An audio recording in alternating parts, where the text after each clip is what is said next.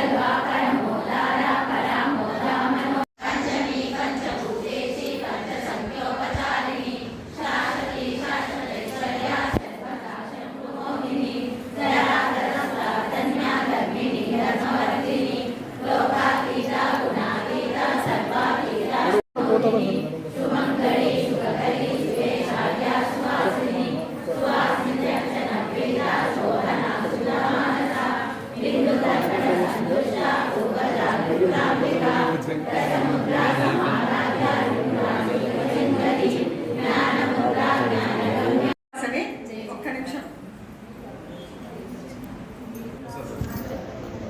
ఆషాఢ మాస సందర్భంగా మహిళా మండలి ఆధ్వర్యంలో ప్రతి సంవత్సరము వాసవి టెంపుల్ చుట్టుపక్కల ఉన్న అన్ని ఊర్లపైకి అతి పురాతనమైన 121వ సంవత్సరము ఆషాఢ మాసం సందర్భంగా అమ్మవారికి శాకాంబరి అలంకారము ఒక వారంలో శుక్రవారం చేయడం జరుగుతుంది.